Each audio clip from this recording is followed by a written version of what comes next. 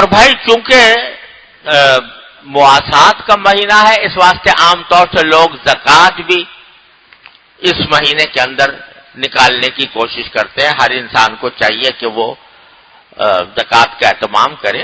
لیکن اس بارے میں 2-3 غلط فہمیاں ہیں جو میں چاہتا ہوں کہ ان کو دور کر لیا جائے. پہلی بات تو یہ ہے کہ لوگ سمجھتے ہیں بس زکوٰۃ رمضان ہی کے اندر دینی ہے، رمضان ہی کے اندر اس کا حساب کرنا ہے. یہ بات غلط ہے. شرعی اعتبار سے آدمی کو ہر سال میں ایک دن ہوتا ہے جس دن کے اس کو حساب کرنا چاہیے اپنے زکوٰۃ کا.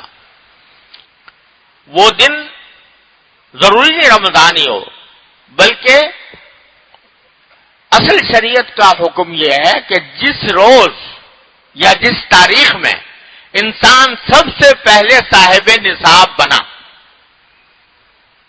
یعنی جس تاریخ میں سب سے پہلے اس کے پاس اتنا مال آیا جو 52.5 تولہ چاندی کے قیمت کا ہے، جو آج کل 40,000 کے قریب ہوتا ہے تقریباً.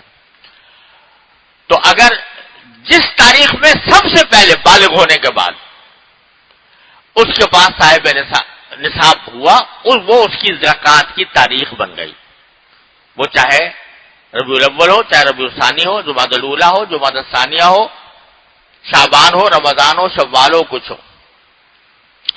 اب اس کو چاہیے کہ ہر سال وہ تاریخ جو ہے اس تاریخ پر اپنی زکوٰۃ کا حساب کیا کرے. اگر وہ تاریخ کسی کو یاد نہیں ہے کہ بھئی میں سب سے پہلے کب صاحب نصاب بنا تھا، تو پھر ایک اندازے سے، محتاط اندازے سے کوئی تاریخ مقرر کر لے اور ہر سال اس تاریخ پر حساب کیا کرے زکوٰۃ کا کہ میرے پاس کتنا مال ہے. وہ مال جس کے اوپر زکوٰۃ آتی ہے وہ کیا ہوتا ہے؟ وہ نقدی ہے، زیور ہے، بینک بیلنس ہے، یا اگر کوئی تاجر ہے تو تجارتی اسٹاک، تجارت کا جو اسٹاک ہے، سامان تجارت، اور خام مال بھی اس میں داخل ہے. اس کی قیمت لگا کر اس کا 40واں حصہ زکوٰۃ واجب ہوتی. تو اس لیے یہ جو بات لوگ سمجھتے ہیں کہ بھئی زکوٰۃ رمضان ہی میں ادا کریں گے، کوئی ضروری نہیں ہے رمضان ہی میں ادا کیجیے. اگر فرض کرو کسی کا جو زکوٰۃ کی تاریخ ہے وہ مثال کے طور پر شعبان میں آ رہی ہے، رمضان سے 1 مہینہ پہلے آ رہی ہے، تو اس کو شعبان میں زکوٰۃ واجب ہو گئی. اب اگر کوئی غریب آدمی جس کی ضرورت مند ہے تو اس کا آپ انتظار کرتے رہیں کہ جب رمضان آئے گا تو دیں گے اس کو، یہ بالکل غلط بات ہے. بلکہ اس کو دے دینی چاہیے. جس کی جتنی ضرورت ہے اس ضرورت کو پورا کرنا زیادہ ثواب ہے بنسبت اس کے کہ آدمی رمضان کا انتظار کرے. پھر لیکن بہرحال اگر گنجائش ہے تو اس وقت بھی دے دے اور پھر رمضان کے لیے بھی رکھے. رمضان کے اندر دینے میں انشاءاللہ زیادہ ثواب ملنے کی امید ہے. ایک بات تو یہ ہے. دوسرا یہ کہ بہت سے لوگ زکوٰۃ کا باقاعدہ حساب نہیں کرتے، بس ایک اندازے سے نکال دیتے ہیں. یہ بات صحیح نہیں ہے.